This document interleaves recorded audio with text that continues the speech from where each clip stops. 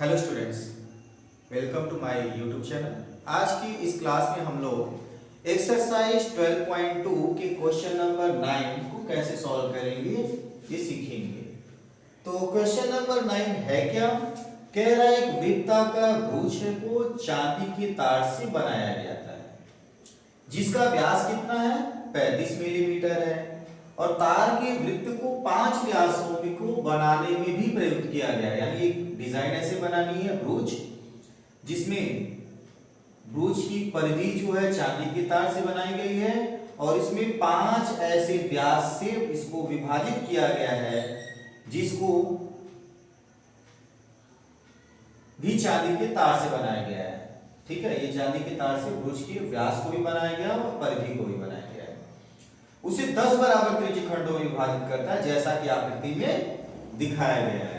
तो ज्ञात कीजिए कुल वांछित चांदी के तार की लंबाई तथा ब्रूच के प्रत्येक त्रिज्यीय खंड का क्षेत्रफल। दो चीज ज्ञात करना है, चांदी के तार की लंबाई निकालनी है और दूसरा क्या निकालना है, ब्रूच के प्रत्येक त्रिज्यीय खंड का क्षेत्रफल निकालना है। तो सबसे पहले हम लोग क्या करते हैं, इसका व्यास दिया हुआ त्रिज्या निकालते हैं। ठीक है, तो त्रिज्या के लिए सूत्र क्या होता है, व्यास बटे में 2। व्यास कितना दिया हुआ है, 35 मिलीमीटर, तो हम लोग लिख ले रहे हैं 35 बटे में 2 मिलीमीटर। अब हमको क्या चाहिए, कितनी बार व्यास बना हुआ है, 5 बार व्यास खींचा गया है। तो पहला क्वेश्चन हम लोग हल करना शुरू करते हैं। कुल वांछित चांदी के तार की लंबाई, कुल वांछित चांदी के तार की लंबाई। चांदी के तार की लंबाई कैसे निकलेगी, तो सिंपल तरीका है। सबसे पहले चांदी का तार कहां कहां लग रहा है, परिधि में, तो परिधि प्लस कहां लग रहा है, तार 5 बार व्यास बनाने में लगा है, तो 5 गुणे में व्यास। तो परिधि का सूत्र क्या होता है, 2 पाई आर और 5 गुणे में व्यास। तो 2 की जगह 2, पाई की जगह 22/7, आर का मान दिया है 35/2 प्लस 5, व्यास का मान कितना दिया हुआ है, अभी हम लोगों ने लिखा है 35, लिख देते हैं। तो 2 से 2 कट गया, 7 से 35 कट गया 5 बार में, तो बचा क्या, 22 गुणे में 5 प्लस 5 गुणे में 35। ठीक है, तो 5 दोनों में है, कॉमन ले लेते हैं, 22 प्लस क्या आएगा 35, दोनों को जोड़ दें, 5 2 7, 3 2 5, गुणे में क्या बचा 5। तो अब क्या करेंगे, 5 का 57 से गुणा करेंगे, 5 7 35 की 5, हासिल लगा 3 और 5 25 25 और 3 28। लंबाई मिलीमीटर में दी है तो इसका आंसर आएगा मिलीमीटर। इसको हम सेंटीमीटर में बदल दें तो 285 बटे में 10 या सेंटीमीटर, इसको हम भाग देंगे तो क्या आएगा 28.5 सेंटीमीटर। ठीक है, फर्स्ट आंसर हम लोग का आ चुका है। फर्स्ट आंसर पूछा गया था कुल वांछित चांदी के तार की लंबाई, ये पहला आंसर आ गया है। अब हम लोग क्या करेंगे, क्या पूछा है सेकंड आंसर, ब्रूच के प्रत्येक त्रिज्यीय खंड का क्षेत्रफल। तो प्रत्येक त्रिज्यीय खंड का क्षेत्रफल पूछा है, तो सबसे पहले हम कोण निकाल लेते हैं। ठीक है, तो त्रिज्यीय खंड का कोण कितना है, कोण के लिए सूत्र क्या है, कुल कोण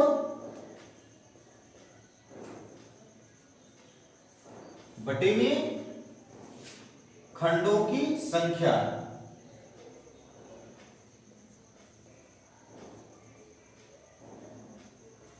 कुल कोण कितना होता है 360 अंश और खंडों की संख्या कितनी है 10, भाग देंगे 36, आ गया 36। अब त्रिज्यीय खंड का क्षेत्रफल निकालना है। प्रश्न में पूछा है आपसे, क्या पूछा है, प्रत्येक त्रिज्यीय खंड का क्षेत्रफल। तो त्रिज्यीय खंड का क्षेत्रफल क्या है, क्षेत्रफल पाई आर स्क्वायर थीटा बटे में 360। ये इसका फार्मूला होता है। तो पाई की वैल्यू रखते हैं 22/7। आर की वैल्यू कितनी आई है 35/2, तो 35/2 स्क्वायर है तो 2 बार लिख देते हैं। इनटू में थीटा की वैल्यू कितनी आई है 36 और मल्टीप्लाई में 360। तो अब इन दोनों को सॉल्व कर देते हैं। 7 × 5 = 35, 2 से कटेगा 11 बार में, 36 से कटेगा 10 बार में, 5 से कटेगा 2 बार में। तो बचा क्या है ऊपर 11 × 35, नीचे 2 × 2। ठीक है, तो मल्टीप्लाई करके डिवाइड कर देंगे। 11 × 5 = 55, 11 × 3 = 33 और 5 38 अपॉन 2 2 = 4। अब क्या करेंगे इसको इससे डिवाइड कर देंगे। 4 9 = 36, रिमेनिंग 2 और 5 25, 4 6 = 25, 4 रिमेनिंग 1 पॉइंट लगेगा और आपका क्या आ जाएगा 1 0 10। तो 4 2 = 8, रिमेनिंग 2 0 आएगा 5 25। लेंथ आपका मिलीमीटर में दिया हुआ है तो ये आपका क्या आएगा मिलीमीटर स्क्वायर यानी स्क्वायर मिलीमीटर।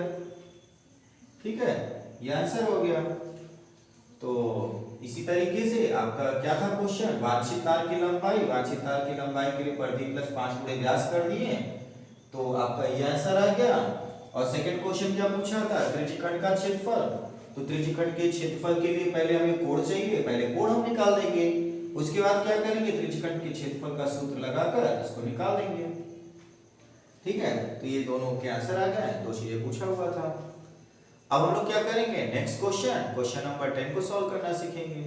क्या है क्वेश्चन नंबर 10, कह रहा है छतरी, एक छतरी है, ठीक है, में 8 ताने हैं जो बराबर दूरी पर बने हैं, यानी इसमें 8 छोटे छोटे कपड़ों को जोड़कर एक छतरी बनाई गई है।